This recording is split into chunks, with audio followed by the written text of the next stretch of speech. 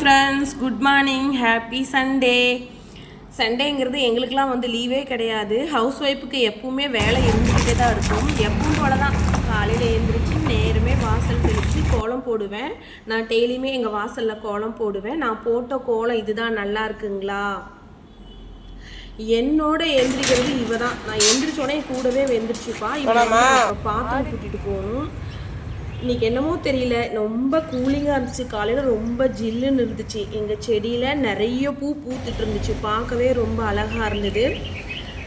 ப்ளசண்ட்டாக இருந்தது. இன்றைக்கி வந்து கூலிங்காக, ரொம்ப கூலிங்காக நல்லா இருந்தது. அப்புறம் வந்து நான் காலையில் வந்து எப்பவுமே வெறும் வயிற்றில் ஒரு சொம்பு தண்ணி குடிப்பேன். யாரெல்லாம் வந்து வெறும் வயிற்றுல தண்ணி குடிப்பீங்க? வெறும் வயிற்றுல தண்ணி குடித்தா நம்ம உடம்புக்கு அவ்வளோ நல்லது. நம்ம உடம்புல இருக்கிற ஹீட்டெல்லாம் குறையும். நீங்களும் காலையில் முடிஞ்ச அளவுக்கு வெறும் வயிற்றுல ஒரு சொம்பு தண்ணி குடிங்க, ரொம்பவே நல்லது. தண்ணி குடிச்சிட்டு முடிச்ச அப்புறம் கொஞ்ச நேரம் கழித்து நான் ஒரு 10 கருப்பு திராட்சை சாப்பிடுவேங்க. கருப்பு திராட்சை வந்து உடம்புக்கு ரொம்பவே நல்லது, ரத்தம் ஊறுறதுக்கு ரொம்பவே நல்லது. அடுத்தது ஒரு ஸ்ட்ராங்கான இஞ்சி டீ.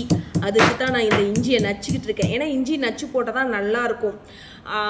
இந்த இடத்துல தான் வந்து நான் எப்போவுமே உட்காந்து டீ குடிப்பேன். இந்த இடத்துல வந்து எனக்கு ரொம்ப பிடிக்கும். ஏன்னா இங்கே வந்து நிறைய என்னை சுற்றி மரங்கள் இருக்கும், பார்க்குறதுக்கே நல்லா இருக்கும். கொஞ்சம் செடி கொடியெல்லாம் பார்த்துக்கிட்டு டீ குடிக்கலாம். எங்கள் வீட்டில் நிறைய ஒரே ஒரு தென்னை மரம் வச்சுருக்கோம். அதுவும் நல்லா காய்க்குது. இதுதான் நான் எங்கள் வீட்டில் வச்சுருக்கிற வந்து செடி, ஒரு ரோஸ் செடி. அதில் ஒரு சின்னதாக ஒரு எல்லோ கலரில் ஒரு ரோஸ் பூ பூத்துருந்தது, ரொம்பவே அழகாக இருந்தது. அதை பார்த்துக்கிட்டு அப்படியே டீ குடிச்சிட்டு இருந்தேன். அந்த பூ பார்க்குறதுக்கு ரொம்பவே அழகாக இருந்தது. எனக்கு பறிக்கவே மனசு வரல, நான் செடியிலே விட்டுட்டேன். அப்புறம் எங்கள் வீட்டுக்கார் வந்து இன்றைக்கி வந்து குடல் எடுத்தாந்து கொடுத்தாரு. குடலும் தலைக்கறியும் எடுத்தாந்து கொடுத்தாரு. அதான் சமைக்க போயிட்டேன். அதை நல்லா க்ளீன் பண்ணி குடல் கறி வந்து வெந்துக்கிட்டு இருக்கு. இன்றைக்கி வந்து குடல் கிரேவி, அப்புறம் வந்து முட்டை.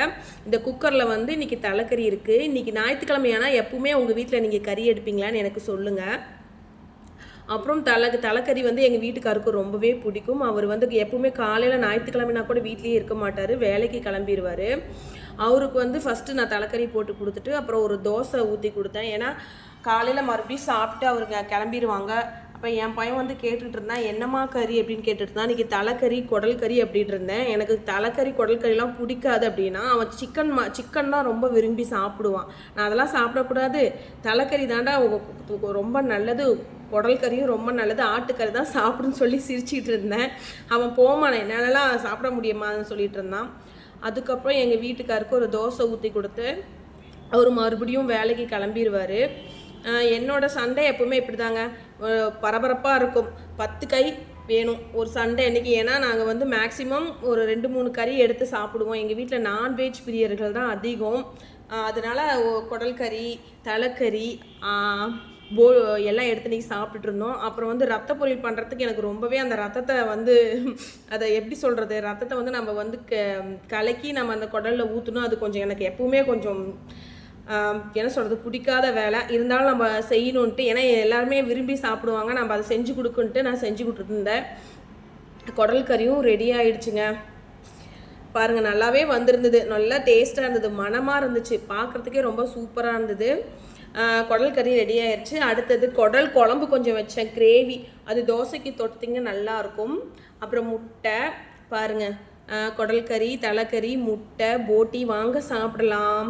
எல்லாத்துக்கும் சாப்பாடு கொடுத்துட்டு லாஸ்ட்டாக நான் உட்காந்து சாப்பிட்டேங்க. ஏன்னா எல்லாத்தையும் சாப்பிட வச்சுட்டு நம்ம சாப்பிட்டா ஒரு சந்தோஷம்தான். அப்புறம் என் கூடவே என்னோடய ரூபி வந்து உட்காந்துட்டு இருந்தா. நான் சாப்பிடும் போதே வந்து உட்காந்துப்பேன். இன்றைக்கி நான்வெஜ் வேறையா சொல்லவே தேவையில்லை, கூடவே உட்காந்து சாப்பிட்டு இருந்தா. அவள் என் கூடவே எப்போ உட்காந்து சாப்பிட்டுருப்பா. நம்ம சாப்பிட்டுட்டுனா வந்து பக்கத்தில் உட்காந்துக்குவா. சாப்பிட்டு முடிச்சு வச்சுட்டு எனக்காகவே பாருங்கள் சிங்கு தொட்டியில் இவ்வளோ பாத்திரம் கிடக்கு. ஓகே, இந்த வீடியோ பிடிச்சிருந்தா லைக் பண்ணுங்கள், ஷேர் பண்ணுங்கள், மறக்காமல் கமெண்ட் பண்ணுங்கள். இந்த விளாக் எப்படி இருக்குன்னு சொல்லுங்கள். Okay, bye, take care, happy Sunday, tata, bye. Like பண்ணுங்கள்.